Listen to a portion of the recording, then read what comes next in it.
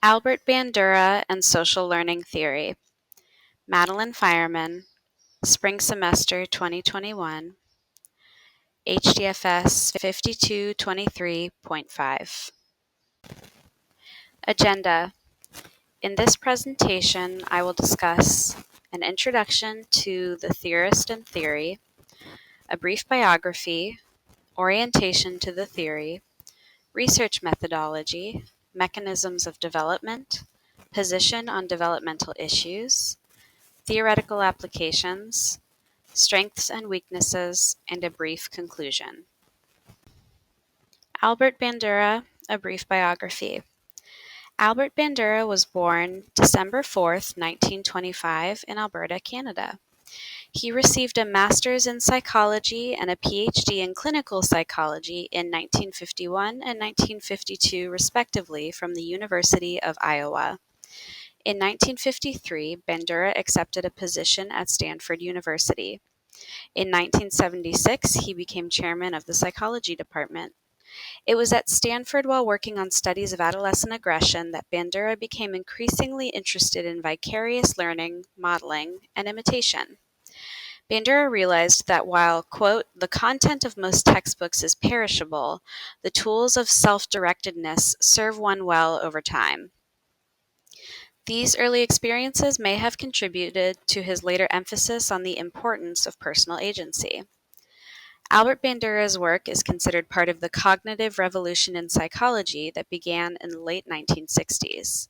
Bandura originated the social cognitive theory of development, which I shall discuss during this presentation. In a 2002 survey, the American Psychological Association ranked Bandura as the fourth most influential psychologist of the 20th century, after B.F. Skinner, Sigmund Freud, and Jean Piaget. In 2004, Bandura received the American Psychological Association Award for Outstanding Lifetime Contribution to Psychology, in addition to many other awards for his contributions throughout his life. Albert Bandura became Professor Emeritus at Stanford in 2010. Orientation to Social Cognitive Theory, Observational Learning. Observational learning is sometimes called shaping, modeling, and vicarious reinforcement. While it can take place at any point in life, it tends to be most common during childhood. Observational learning explains how children are able to learn new and complex behaviors quickly. For example, toddlers learn 1 to 2 new behaviors every day by watching and listening to the people around them. It's true what they say about young children. They are like little sponges, absorbing everything they see and hear. In Bandura's own words, quote, after the capacity for observational learning has fully developed, one cannot keep people from learning what they have seen. There are 3 components to Bandura's observational learning model: biological and psychological characteristics of the person's behavior, and the environment. These factors are interconnected and rely upon each other during development. Children's behavior affects their social environment. I observed this behavioral-environmental relationship in a class of toddlers. One of the older toddlers often grabbed toys from others and bit children who did not give her their toys. As a result, the teachers in the classroom were more on edge, watching this toddler more closely, and the other kids in the classroom shied away from her or were aggressive to her in return. Bandura's cognitive contributions to learning. Bandura illustrated 4 principles of social learning: attention, retention, reproduction, and motivation. These are simple. First, attention and focus matter. A child cannot learn if she's not focused on a task, and she will not focus on the task if she doesn't perceive it to be interesting. Social contexts help to reinforce children's perceptions. That is, if the people around her emphasize the task as interesting or important, the child is more likely to view it as interesting or important as well. Alternately, if something in the environment is more interesting to the child, they are less likely to focus on the task. Retention. Children internalize the information that they learn and are able to call upon it when the situation arises. We are able to take information from a specific situation and generalize it for related situations in a process called abstract modeling. Reproduction. A necessary factor in learning a new skill is the ability to reproduce information that was previously learned. Children can be observed rehearsing a new skill in a play setting. Motivation. Children are more likely to reproduce or avoid certain actions depending upon if they observe someone else being rewarded or punished for said action. Self-efficacy and agency. Self-efficacy is the belief in one's capabilities to organize and execute the courses of action required to produce certain attainments. In other words, self-efficacy is people's perception of their own competence to adapt to their environment and affect change in the events of their own lives. Children may have the physical or cognitive ability to complete their task, but perception is key. If children doubt in their own abilities, they may not be able to complete the task. Physical ability and cognitive ability must be paired with self-confidence to learn a new skill. Cognitive development integrates 4 sources of information into a child's sense of self-efficacy. The first is their own previous successes or failures. 2. Observing others fail or succeed. 3. Positive feedback. Positive feedback during toddlerhood affects self-efficacy years later. Miller reported that children who receive praise for their efforts at age 14 to 38 months are more likely to think of themselves as hard workers at age 7 to 8. 7 to 8-year-olds who were praised as toddlers are also more likely to prefer challenging tasks and to seek ways to improve their efficacy. 4. How the child is feeling. How the child is feeling affects the child's confidence in her ability to complete a task. Physiological and affective states such as activation, anxiety, exhaustion, and physical pain influence the child's ability to learn a new task. When children learn to identify and express the things they are feeling physically and mentally, we as adults are able to help provide tools to overcome and understand what children are feeling. This positive reinforcement in itself helps children to develop self-efficacy. Research methodology, controlled experiment study, the Bobo doll experiment. Bandura conducted a controlled experiment study to investigate if social behaviors, i.e. aggression, can be acquired by observation and imitation. In the Bobo doll experiment, Bandura demonstrated that young children may imitate the aggressive actions of an adult model. Children observed a film where an adult repeatedly hit a large inflatable balloon doll and then had the opportunity to play with the same doll later on. The children displayed aggression toward the doll. In fact, they were more aggressive toward the doll than the adults they had observed in the film. Children were more likely to imitate the adult's violent actions when the adult either received no consequences or when the adult was rewarded. Children who saw the adult being punished for the aggressive behavior were less likely to imitate them.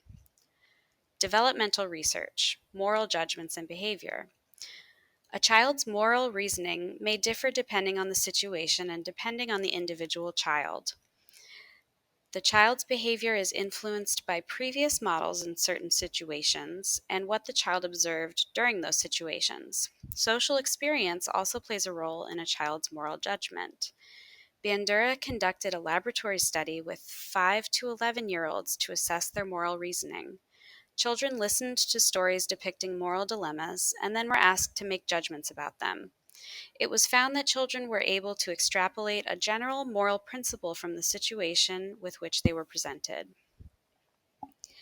Gender role development. The cultural rules surrounding gender are inescapable, and cognitive development contributes to children as young as infants and toddlers internalizing the concept of gender roles. Bandura conducted a study with children aged 3 and 4 to examine the effect of gender and found that children engage in gendered imaginative play by ages 3 to 4. Girls play with dolls and pretend to be mothers and babies, and boys play with blocks and trucks and engage in more destructive and rough and tumble play. These behaviors are culturally informed and are often reinforced by teachers, parents, the media, and other adults. Girls are more likely to be reprimanded for displaying aggressive behavior than boys. Mechanisms of development. Physical maturation. Social learning theorists spend the least time investigating physical maturation. Its main relevance to the theory is that young children are unable to reproduce observed motor patterns due to physical immaturity. Experience with the social world. Development happens when children learn general constructs or rules based on observation. As children mature, society's expectations of them grow. For example, 1 to 2-year-old children may let adults know that they need something by making a noise or crying. A 3 to 4-year-old is expected to use their words to let adults know that they need something. Cognitive development. Changes in cognitive skills. Quote, attending, remembering, integrating pieces of information, and evaluating feedback all help children to make developmental advancements. Memory and integration allow children to begin using symbols, which translate later into spoken and written language. Position on developmental issues. Human nature. Bandura focused on thought and cognition and believed that children experience logical thought and illogical thought depending on the situation. Position on developmental issues. Qualitative versus quantitative development. Social learning theory sees development as quantitative change, where learning occurs over time. Bandura wisely commented that children's learning issues or failure to learn are often dismissed as a lack of cognitive preparedness in a child, when in actuality the culprit is often a poor learning environment. Bandura did not theorize stages of development. Instead, he felt that an analysis of, quote, which subskills are needed to produce a certain behavior or knowledge is a more accurate determinant of a child's cognitive readiness. Position on developmental issues, nature versus nurture. Social cognitive theorists tend to favor nurture. Bandura believes that children are active participants in the formulation of their own experiences. Biology plays a role, as does the environment. As mentioned earlier in this presentation, the three factors of biology, environment, and person's behavior are interdependent forces that operate during any event a person experiences. Social learning theory pays little attention to natural factors such as a person's evolutionary, genetic, and neural development. What develops? Behavioral development differs in every culture. Cultural differences affect learning processes and cause certain behaviors to develop. Some cultures may encourage superstition or aggression or scientific inquiry. What develops is dependent upon the fruitfulness of the learning environment. Social learning theorists do not believe there is a set of behaviors that apply across cultures. Applications. Bandura explored the question, does violence in media make children aggressive? Why are we surprised when violent adolescent boys come from, quote, privileged middle-class families in neighborhoods that support law-abiding behavior? The fact that Miller poses such a question exposes the true answer: racism. The media may or may not encourage violent behavior in children. However, the media definitely encourages society to see African American men and boys as violent. The other possible answer comes from an example in theories of developmental psychology. Although parents discourage children's aggression toward the parents, they encourage children, especially boys, to use aggression to problem solve outside the home with other peers and adults. Applications. Social learning theory highlights differences between functional and, quote, problem families. There is a difference in discipline skills in functional families and problem families. Functional families tend to provide more consistency in parenting and discipline and follow through on consequences. Coercive, dysfunctional families often threaten punishment without following through, and parents are prone to reacting with anger when a child misbehaves. Applications. Bandura has created international applications to his theories. Bandura has implemented programs to improve personal and collective self-efficacy, which has brought about social change. Bandura's methods focus on improving self-efficacy and have resulted in increased literacy rates, the adoption of family planning methods, and teaching safe sex to protect against the spread of HIV/AIDS in parts of Africa. According to Bandura, self-esteem is a huge factor in a person's ability to make positive changes in their lives and in the lives of their communities. Bandura's successes in this area speak for themselves. Strengths and weaknesses. Strengths. Focus on situational influences on behavior. Social learning theorists focus on situational variables, which help to explain why knowledge and behavior differs in different settings. This focus on situational influences on behavior should be considered when working with children from different cultural, socioeconomic, and educational backgrounds. Focus on motivation. Bandura felt that motivation was the key actor on whether children applied their knowledge in a particular situation and setting. Testability. Learning theories are the most testable theories in psychology. Other cognitive theorists often forget about the behavioral factor in determining cognitive development. Social learning theorists focus on representations, mental operations, and concepts of other people as significant factors that contribute to cognitive and behavioral development. Weaknesses of social cognitive theory. Inadequate account of cognitive development. Is social learning theory truly a developmental theory?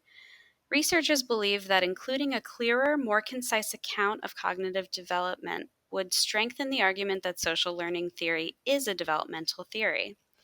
Bandura devoted little attention to specific cognitive skills as markers that show that observational learning is taking place. Inadequate description in natural settings. Social learning theory focuses more on variables that can affect children learning social behaviors and less on what variables actually operate in the lives of children. As mentioned earlier, social learning theory fails to define what behaviors actually occur at various ages. Most of Bandura's research was developed through laboratory experiments instead of in natural environments. A study showed that researchers in natural settings inform observational learning in ways not addressed by Bandura. In a preschool setting, children were more likely to watch another child play with a new object if the child being observed was older, more popular, or more dominant than the other children. Observational learning must also consider systemic influences such as family diversity and, quote, non-traditional families, urbanization, racial discrimination, socioeconomic status, and changes in the concept of gender. Bandura's social cognitive theory helped to create connections between children's development and the influence of the world around them. In Bandura's words, learning would be exceedingly laborious, not to mention hazardous, if people had to rely solely on the effects of their own actions to inform them what to do.